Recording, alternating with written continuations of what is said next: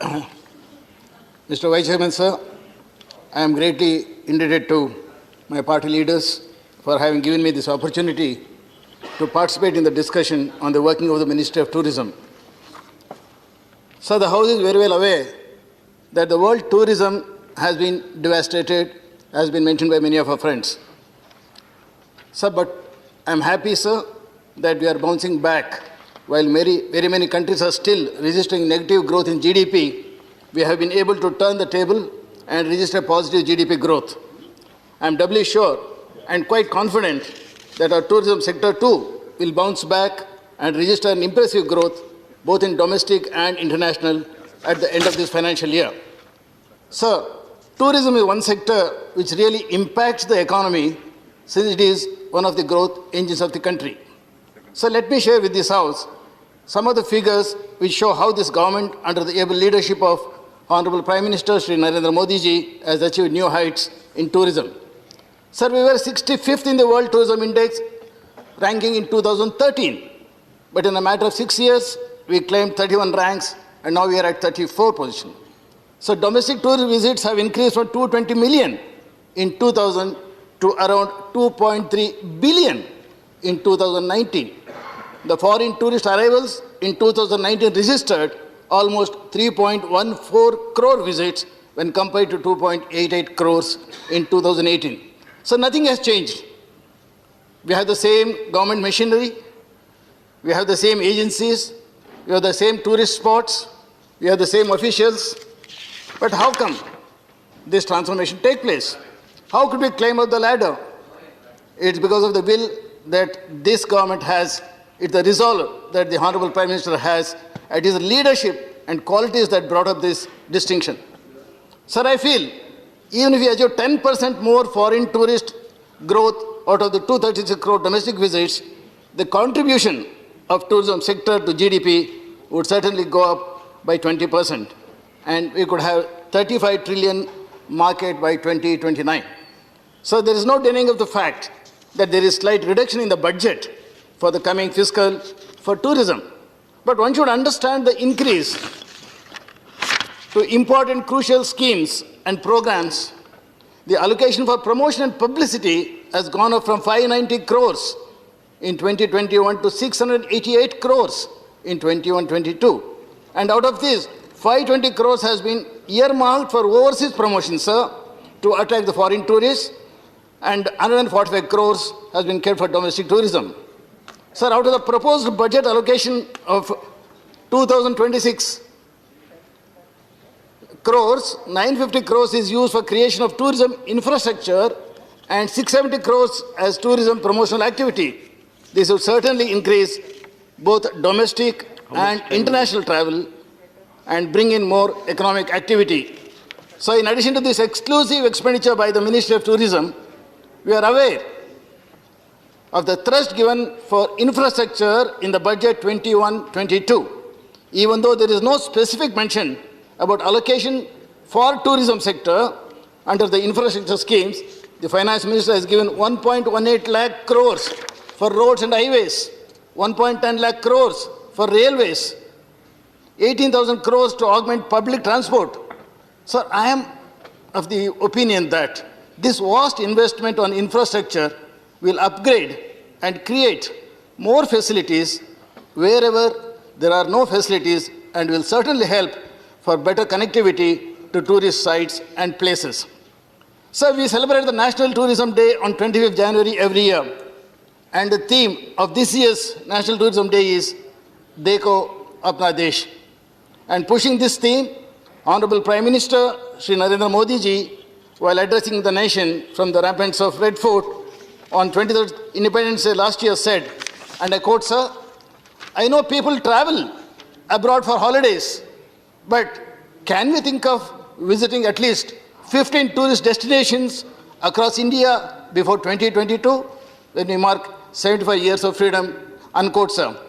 Honorable Prime Minister has rightly said that we are a country where ethnicity, practice, culture, tradition, cuisine, Veshbhasha changes with every kilometer as one travels from north to south or east to west.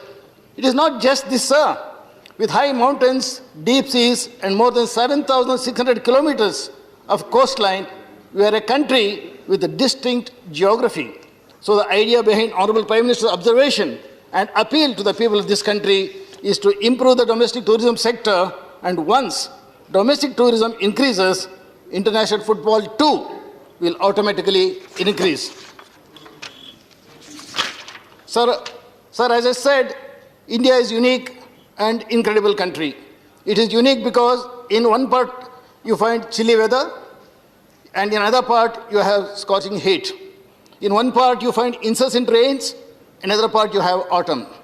So this natural advantage has to be exploited, and in attracting tourists around the year, unlike many countries where tourism will be for a specific period. So round the year tourism plans and packages state-wise have to be prepared, and they have to be widely propagated across various countries by the Ministry of Tourism. So the ministry has focused on many activities, multiple activities. It can be spiritual tourism, sir, as has been mentioned by my senior leader, Mr. Shuklaji, about various spiritual centers in the country. The spiritual tourism is a very important activity that's going on. We have medical tourism, sir. India is rapidly emerging as the medical tourism circuit in the world because of the best medical care available, and the medical tourism is at a very economical cost available in our country, sir. Sir, yoga and wellness tourism, this is another important aspect which has been developed, which has been propagated by the ministry, and this has been attracting quite a sizable number of foreign tourists. Sir, adventure tourism is also increasing rapidly, not only in J&K, Uttarakhand, Maharashtra, but also in Goa and Karnataka, sir. We need to check out a separate program for this. Mining tourism, sir, this is another very important sector. There are large number of closed mines with 2,000, 3,000 feet, like our KGF gold mine, sir. People will be eager to come and watch that. People will be eager to come and see this, sir. We should check out a plan to see that the mining tourism is also developed. So cruise tourism can be exploited and explored very well in view of India having more than 7,600 kilometers of coastline. This can be pushed along with beach tourism because cruise and beach tourism go hand in hand, sir. The House must be aware that Honorable Prime Minister has recently inaugurated the country's first full-fledged international cruise terminal in Kerala. It is an indication that the government has started taking steps to promote this sector, sir. Sir, eco-tourism and film tourism are areas where we have a lot of potential. So film tourism is one area where we can identify and promote the best locations for shooting to attract film production houses across the world. I am sure once they realize that the locations are best and economical, there will be a continuous flow of production houses to shoot films in our country. At the same time, domestic production houses need to be given incentives to shoot within the country and discourage them from going outside the country for shooting, sir. Sir, taking this opportunity, very briefly I would like to touch upon my state, Karnataka, the initiatives that have been taken there, sir. Sir, Karnataka has been able to attract 6 lakh foreign tourists and 22.79 crore domestic tourists in 2019.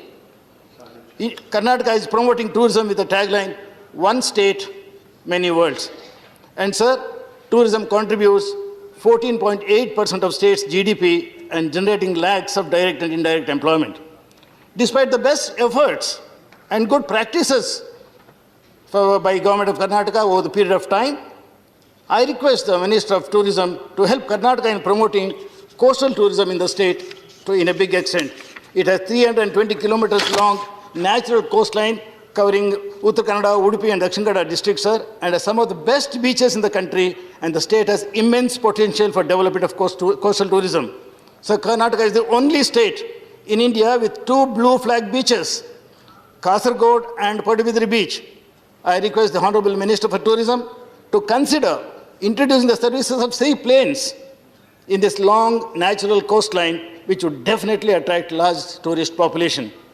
So Karnataka is one of the top ecotourism destinations of our country, with 5 national parks and more than 30 wildlife sanctuaries and tiger reserves. Karnataka has 17 major hill stations, 40 waterfalls, primarily in the Western Ghats, and Western Ghats are the UNESCO World Heritage Sites and is one of the 8 hotspots of biological diversity in the world, sir. To highlight these facilities, sufficient publicity need to be given, and Ministry of Tourism should give special emphasis on this activity, sir. Karnataka has the potential for all types of adventure tourism activities: terrestrial, water and air, safaris, trekking, hiking, natural trails, rock climbing, whitewater rafting, scuba diving, and surfing. It's got all these facilities available. It also has several facilities for aerosports and DGCA approved flying training organizations in Bengaluru and Mysore, sir. A coordinated program by Government of India with Karnataka government in this area will boost the tourism sector, which will be beneficial not only for Karnataka, sir, but for the entire country. So I'll take only a few more minutes. The Government of Karnataka has recently approved and accorded the industry status to star classified hotels in Karnataka. Establishments have received a star classification from Ministry of Tourism of Government of Karnataka can avail the industry status benefits. Karnataka Tourism has been promoting the state with the Script Your Adventure theme. The campaign received the globally renowned PETA Award 2020 in the marketing campaign, state and the city category, sir. So Golden Chariot is South India's only luxury train and has routes covering Karnataka, Kerala, Tamil Nadu and Puducherry. Golden Chariot is now open for booking and will resume operation shortly. Department of Archaeology, Museums and Heritage has been brought in the ambit of the Department of Tourism to facilitate overall development of heritage tourism in the state, sir. Sir, one important aspect I would like to bring to the notice of this House is that Anjanadri Hill is believed to be the birthplace of Lord Anjaneya. This is located in Koppal district, closer to Hampi heritage site, sir. Karnataka government has already drawn up plans to develop this as a pilgrim and tourist place, just like Ayodhya. This place is a very important pilgrimage center for Ram Bhaktas, sir. I request the Government of India to jointly develop this mythologically sacred and important pilgrimage site of Anjanadri Hills.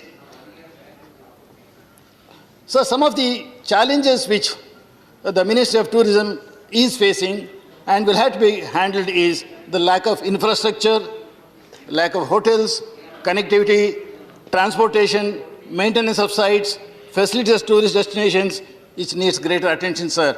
The Government of India and the state government should draw up a separate plan for this. Wherever it's possible, 3-star hotels by the government or with the public participation should be started in all the tourist destinations. So safety and security is a very important aspect, particularly for tourist women is a very big challenge the sector is facing, sir. We are at 114th place as far as providing security is concerned. I suggest for consideration of the Honorable Minister to create an umbrella mechanism in coordination with the Home Ministry, states and UTs to address this issue. We have to establish police stations in all important tourist centers, sir. There are only outposts in many tourist centers. Along with this, sufficient number of women police should invariably be posted in all these police stations. There must be a wing where specially trained policemen for guiding tourists is available. So there are many tourist spots in the country which are inaccessible. There is no doubt that ASI protected monuments are better managed and some of the state protected monument sites are also managed. But there are tens of thousands of monuments, historically important places which are still not covered, sir. While infrastructure projects are planned, the important aspects of this connectivity need to be taken into consideration. This is my request to the Honorable Minister. Sir, I feel coordination between various ministries, agencies, states, UTs, and industry to promote tourism is a big challenge. I suggest for an umbrella body, as suggested by my friends earlier, like CII or FICCI, with representatives from ministries, states, UTs, and industry to make plans, policies, and coordinated efforts between various agencies. So another challenge I feel is participation of people in protecting, preserving, and taking care of our heritage, our tourism sites. We need to have the local coordination committees headed by the SP and the DC as it is there in Karnataka now. The involvement of the local population, right from the panchayat member till the parliament, these members should be actively involved in all the important tourist sites, protection, preservation, and maintenance. Then only we will be able to get a good picture of this, sir. The hospitality and tourism sector account for nearly 10% of a country's GDP and employ 9% of the country's workforce. So if we give industry status to hotels, restaurants, resorts, etc., it will help in promoting tourism sector. Karnataka has already done this, sir. I would request the Honorable Minister to take care of this. Sir, tourism and hospitality is not listed either in the state list or the union list or the concurrent list. I suggest for consideration of the Honorable Minister and the Government of India to include tourism and hospitality under the concurrent list to make laws which will help in pushing domestic and international tourism in the country. So I think there is a proposal for creating a new category of short stay visas for those who come to India for yoga, Ayurveda and wellness treatments. Since tourism as a whole is really looking for hand-holding, I am sure that this would be an ideal time to fast-track this facility. So whatever facilities that are policies we formulate to promote tourism, as I said earlier, unless the local population is fully involved in that, it will not be a success, sir. Your time is over, sir. Sir, I'll take only 1 more minute, sir. Taxation is one more problem that this sector is facing. Hotel rooms of more than 7,500 are taxed at 28%, and GST would be 18% if it is less than 7,500. I request and suggest that this can be made uniform slab, sir. And as mentioned by one of my earlier colleagues, the UDAN scheme can be extended to more and more destinations, particularly to places which are important from tourist point of view, sir. Sir, tourists are mainly coming from South Asian countries, US, UK, Canada, Europe, etc. But the interesting factor is that if you look at the age group of tourists, we are getting maximum tourists in the age group of 25 to 44, which constitutes 40% of total foreign tourist population. I feel we have to take up promotions, campaigns, focusing mainly on this age group, sir. Please, sir, with please these few words, I request the Honorable Shri Prahlad Patel-ji to take a note of all the suggestions that we have given and see that the tourism sector, which has already started booming, will definitely, as Shukla ji mentioned, become #1 in the world. Thank you very much, sir.